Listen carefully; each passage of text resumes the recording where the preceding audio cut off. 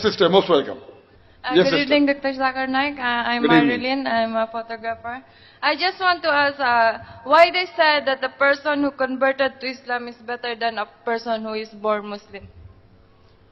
Sisters ask the question, why do they say that the person who's converted to Islam is better than a person who's a born Muslim? Point number one, sister, converted is not the right word. The right word is revert. Because according to the hadith of the Prophet Muhammad, every human is born as a Muslim. Muslim means a person who submits his will to God. Every human being when he's born, when a child is born, a prophet said, he submits his will to God.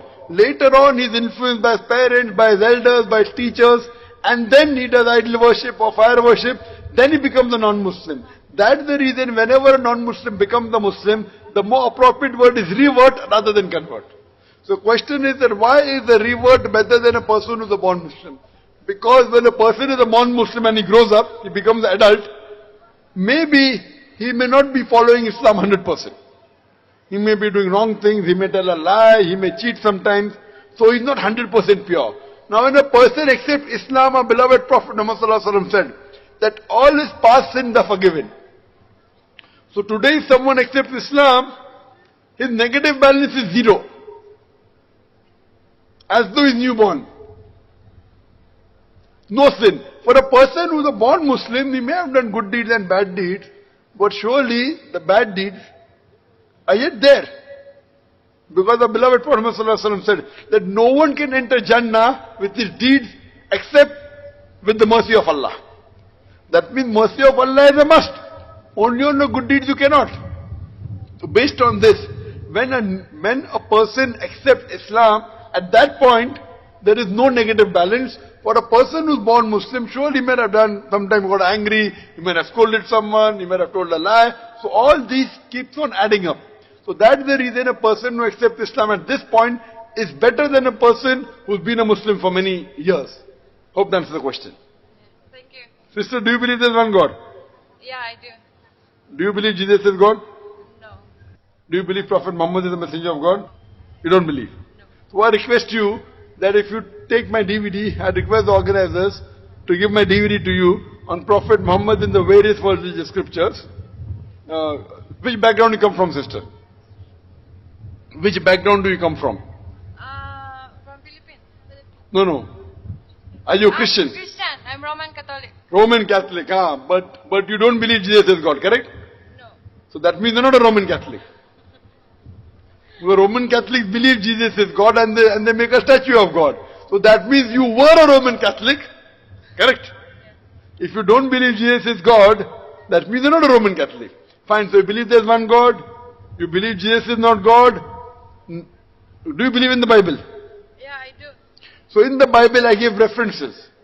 Book of Deuteronomy, chapter number 18, verse number 18 talks about Muhammad Sallallahu Alaihi Wasallam prophecy.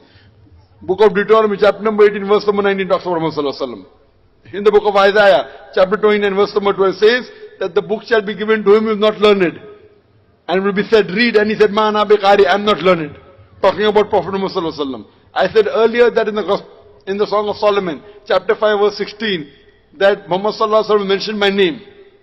And furthermore, I said in the New Testament, Gospel of John chapter 14, verse number 6, Gospel of John chapter 15, verse 26, Gospel of John chapter 16, verse number 7, as well as Gospel of John chapter 16, verse 12 to 14, I have many things to say unto you, Jesus Christ, peace be upon him, says. But he cannot bear them now, for he, when the Spirit of truth shall come, he shall guide you unto all truth. He shall not speak of himself, all that he hears shall he speak. All these are prophecies of the last and final messenger, Prophet Muhammad, peace be upon him. So if you have read the Bible, why don't you believe in the last and final messenger, Prophet Muhammad, peace be upon him? Jesus Christ, peace be upon him, said, I have many things to say unto you, but he cannot bear them now. For he, when the Spirit of truth shall come, he shall guide you unto all truth.